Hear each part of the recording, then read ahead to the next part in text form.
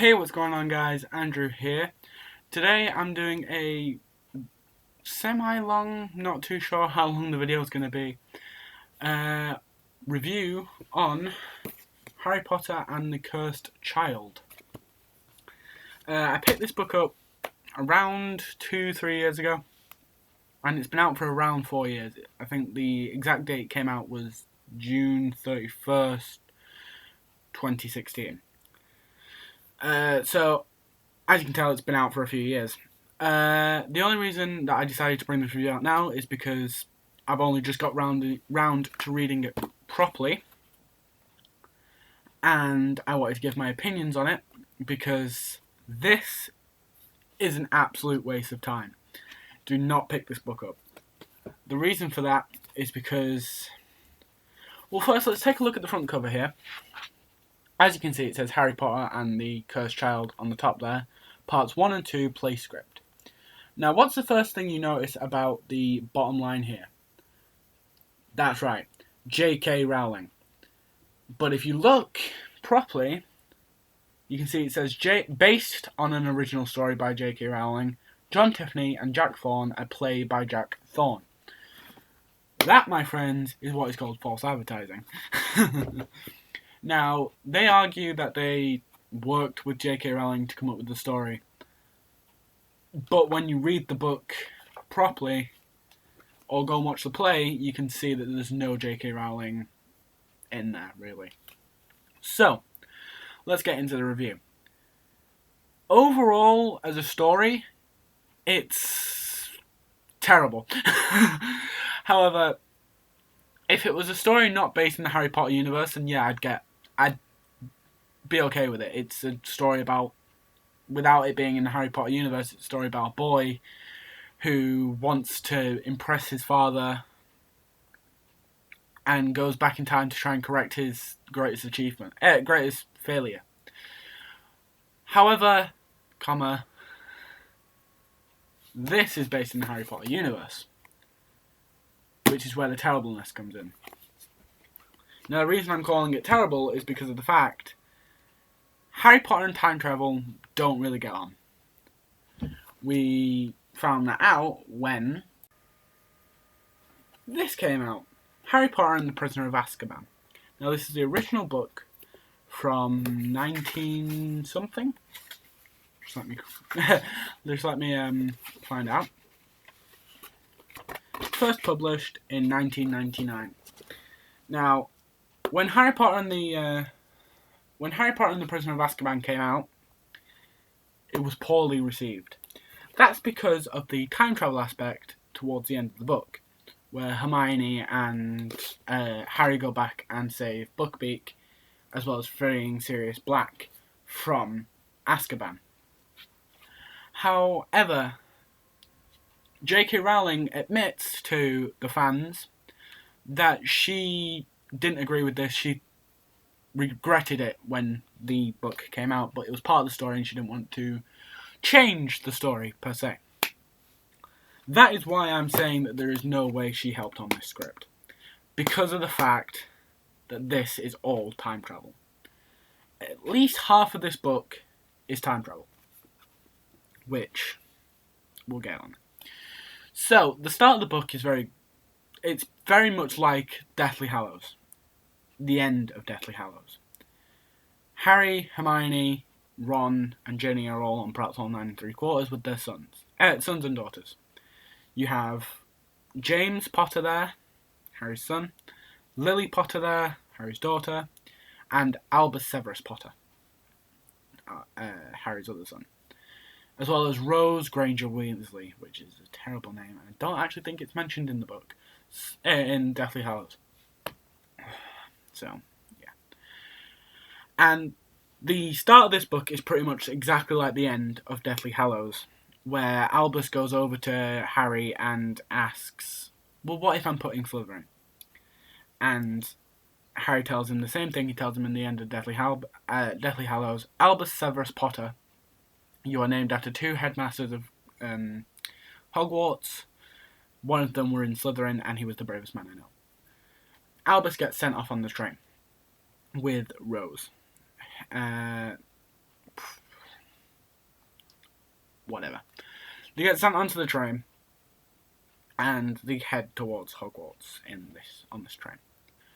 They go into the compartments because Rose believes she needs to find a friend on the Hogwarts Express, which boggles me because Harry met Ron on platform 9 3/4 and his family, and Hermione happened to bump into them on the train.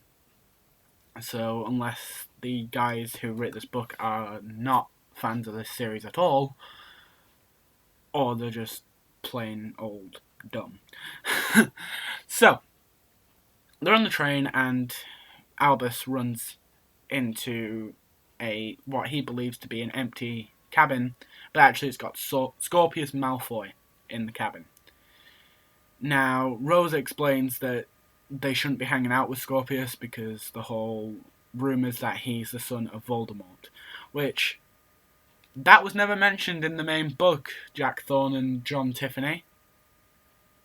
Since when was there supposed to be a child of Voldemort and Bellatrix Lestrange? There isn't supposed to be. This is why you don't add new things to the world of Potter. Anyway, Albus decides he's going to sit with Scorpius, and the train heads off to Hogwarts. Rose leaving them to do what they want. After we find out that Albus is getting basically... We get to Hogwarts, and we cut to sorting ceremony. So we go from the train straight to the sorting ceremony. It's a lot more fleshed out in Philosopher's Stone. Whatever. So we cut straight to the sorting ceremony, and basically, Albus is sorted into Slytherin. Which I think is a good turn for the book. However, why? I mean, it is good, but they could have handled it differently. They could have done the whole thing where Albus gets his first impressions of Hogwarts, but no, cut straight to the sorting ceremony, and oh wow, Albus is in Slytherin. You could have built it up a bit more. Anyway, so after this, we see a few more bits of Hogwarts in the potions class, and suddenly, bang, we're back on platform 9 3/4. We don't even get to see the entirety of Albus's first year. We just see him sorting ceremony, potions class, Hogwarts, back on 9 3/4 for his second year, which shows there was no adventure in the whole year. But I think that's terrible. In fact, from the book itself, year 1 lasts 2 pages. Year 2, pretty much the same old story. However, we can say a breakdown in Harry and Albus's relationship. Excuse me.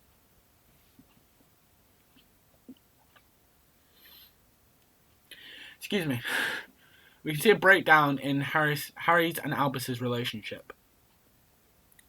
With Albus asking Harry to stand away from him ever so slightly. We then cut back to Hogwarts, and then another class, where you can see Albus failing miserably, and then bang, we're back on that platform 9 3/4. Once again, 2 pages for year 2. I mean, come on. So, what Harry Potter did in 2 books, The Cursed Child has just done in 4 pages. I'll let you think about that. Anyway, back to the book. Year 3 pretty much goes the same way. There's nothing eventful happens within the first about 50 pages, apart from the breakdown in Harry and Albus's relationship. We then see the whole thing with Atmos, Cedric Diggory's dad, coming to Harry's house and asking him if he had a time turner. And as we know, the time turners were destroyed in either the Order of the Phoenix or the Goblet of... not the Goblet of Fire. Either the Order of the Phoenix or the Half-Blood Prince. One of them, all the time turners were destroyed. And yet now somehow they've managed to rework a time turner that can take you back years within about 50 pages. So they've just reworked the entirety story of Harry Potter within 3 pages. Can you see now why I hate this book? Anyway, so Albus overhears this and decides he's going to go back in time and get the time turner and save Cedric Diggory. Why? That is all I have to say to that. Why? Why? Anyway, so he gets the time turner.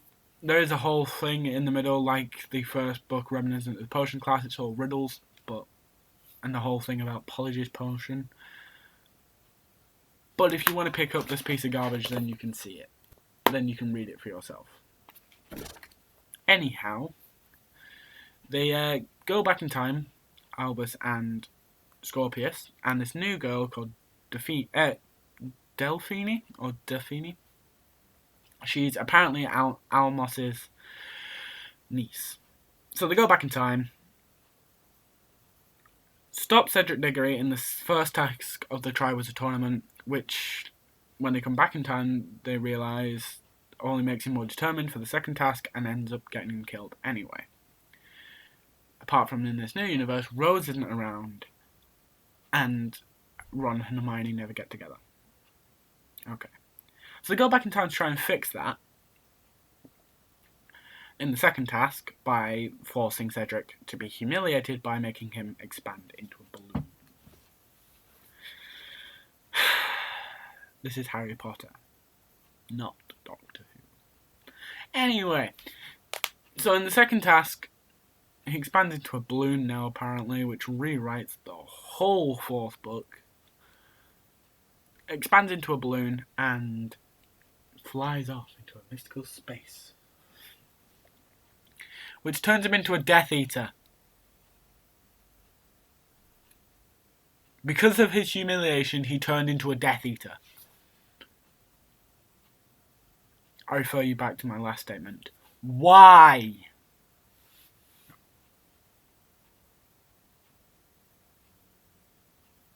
Anyway.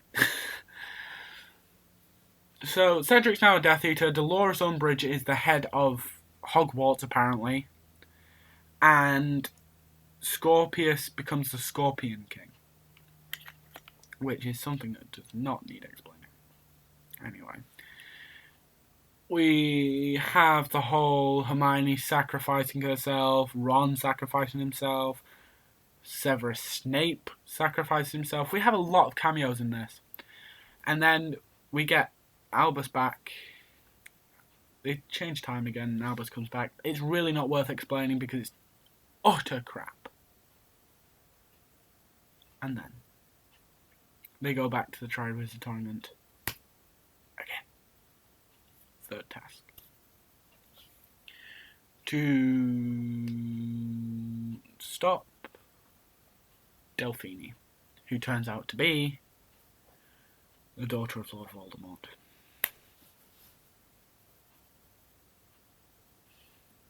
Harry Potter. Well, so now Lord Voldemort has a daughter, apparently, who gets stopped by Harry. You can see here by the length of this video, 14 minutes and something at the minute. I've just explained to you in 14 minutes what this book takes 319 pages to explain. It's garbage. Now, if you want a more detailed explanation, then please leave it down in the comments, and I'll do a scene-by-scene explanation of what happens in the book. But I'll just give you a basic summary there. I'll let you draw your own opinions. But this received pretty much the same, same reaction as this did. When your book is receiving the same reaction as The Prisoner of Azkaban, the worst performing book in the Harry Potter series, you know you're doing something wrong. And you need to change it. I digress. Anyway, thank you for watching. Please give this video a like, and if you would subscribe if you're new watching, then that would be very greatly appreciated. Please leave in the comment section what you'd like to see next, and I'll see you in the next video. Goodbye.